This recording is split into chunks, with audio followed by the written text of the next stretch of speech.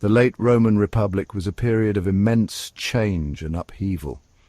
The Roman state, once a small Italian city-state, had grown into a vast empire stretching across the Mediterranean. This expansion brought about immense wealth and power, but it also created new challenges and exacerbated existing social and political tensions. Political offices, once held by a small elite, became fiercely contested by ambitious individuals seeking power and prestige. The traditional aristocracy found their power challenged by the rise of new men, often wealthy equestrians who had profited from Rome's conquests.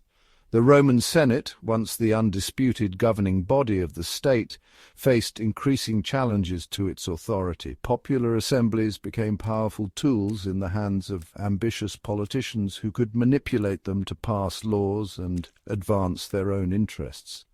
Amidst this turbulent backdrop emerged Lucius Cornelius Sulla, a figure who would leave an indelible mark on Roman history. Sulla's rise to power, marked by civil war and dictatorship, would forever alter the course of Roman history. Lucius Cornelius Sulla was born into a patrician family, the Cornelii Sullae, a branch of the patrician gens Cornelia that had only recently achieved prominence. Despite their noble lineage, the Sullae branch had fallen into relative obscurity and poverty. Sulla himself was born into modest circumstances, a far cry from the opulent lifestyle expected of a Roman aristocrat. Sulla rose to prominence through military service, proving himself a capable soldier and a brilliant tactician. He served with distinction under Gaius Marius, a talented general who had risen from humble origins to become one of the most powerful men in Rome. Marius recognized Sulla's abilities and took him under his wing, but their relationship would later sour, transforming from mentor and protege to bitter rivals. The seeds of conflict between Sulla and Marius, and by extension between Sulla and the Roman Senate, were sown during the Jugurthine War in Numidia. Marius, having been elected consul, was appointed to command the Roman forces against Jugurtha, the Numidian king who had defied Roman authority. Sulla served under Marius in this war and played a pivotal role in bringing about Jugurtha's defeat. Sulla's success in securing the surrender of Jugurtha earned him significant recognition and popularity. However, this victory also fueled a growing rivalry between Sulla and Marius. The social war was a major turning point in Roman history and played a crucial role in Sulla's rise to power. This conflict was sparked by Rome's refusal to grant Roman citizenship to its Italian allies, known as the Socii. The Socii, who had fought loyally alongside the Roman legions for generations, resented their second-class status and demanded full political rights. When their demands were met with resistance from the Roman Senate, the Socii revolted, plunging Italy into a bloody civil war. Sulla, once again demonstrating his military acumen, played a decisive role in suppressing the revolt. However, it was during this conflict that Sulla took a step that would forever alter the relationship between the army and the state. He defied the Senate and marched on Rome. Sulla's willingness to use his legions against his own countrymen set a dangerous precedent, one that would have far-reaching consequences for the future of the Republic. In 88 BC, with the social war drawing to a close, a new threat emerged on the eastern frontier of the Roman Republic: Mithridates VI, the ambitious king of Pontus. Mithridates, a shrewd and ruthless ruler, took advantage of Rome's preoccupation with internal conflicts to expand his own power in Asia Minor. He orchestrated a massacre of Roman and Italian citizens in the region, an event that sent shockwaves through the Roman world. The Roman Senate, eager to punish Mithridates and restore Roman prestige, turned to Gaius Marius to lead the campaign against Pontus. However, Marius, now an old man, was past his prime. Sulla, fresh from his victories in the social war and eager to claim the glory of defeating Mithridates, saw this as an opportunity to outmaneuver his old rival. Using his influence with the army and his growing popularity, Sulla persuaded his legions to support him instead of Marius. In an act of open defiance against the Senate, Sulla marched his army on Rome for the second time, forcing Marius to flee the city. Sulla's seizure of power was short-lived as he departed for the east to confront Mithridates, leaving a power vacuum in Rome.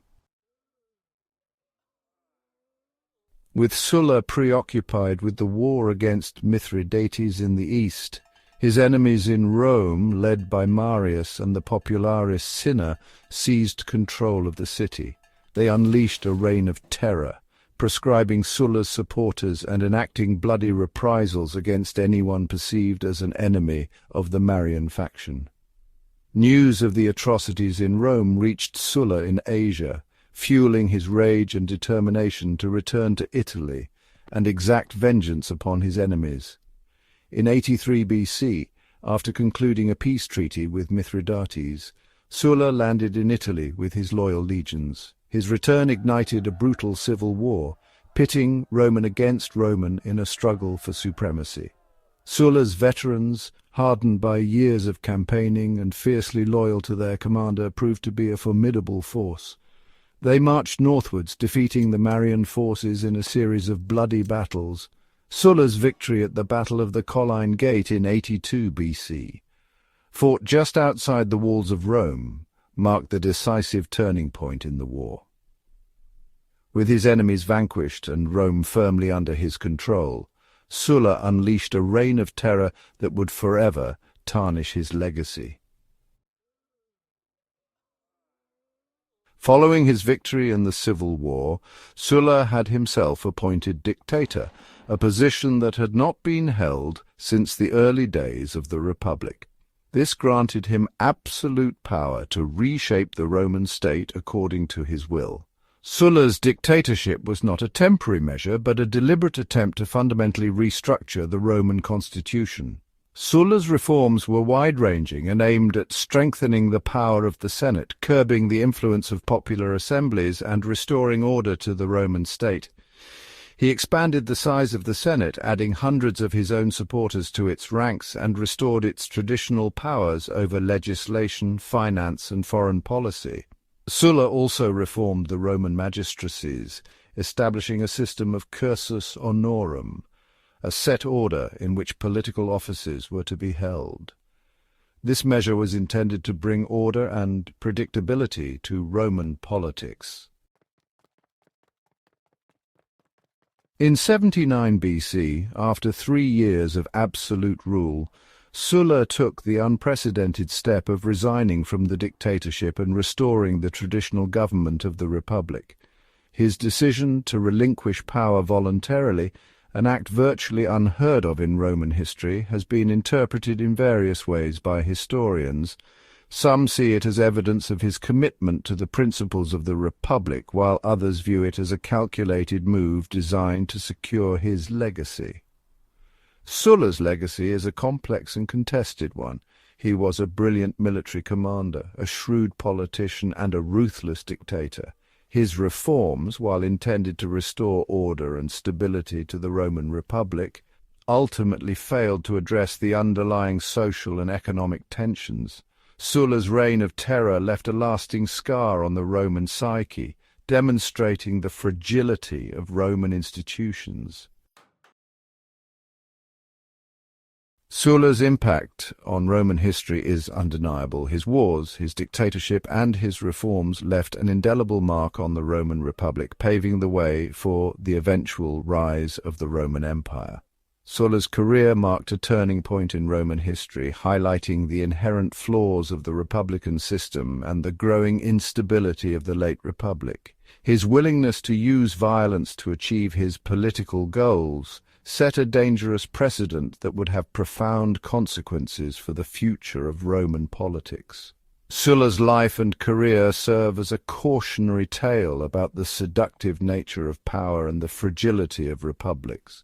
While his reforms ultimately failed to prevent the collapse of the Republic, they undoubtedly shaped the political landscape of Rome for generations to come.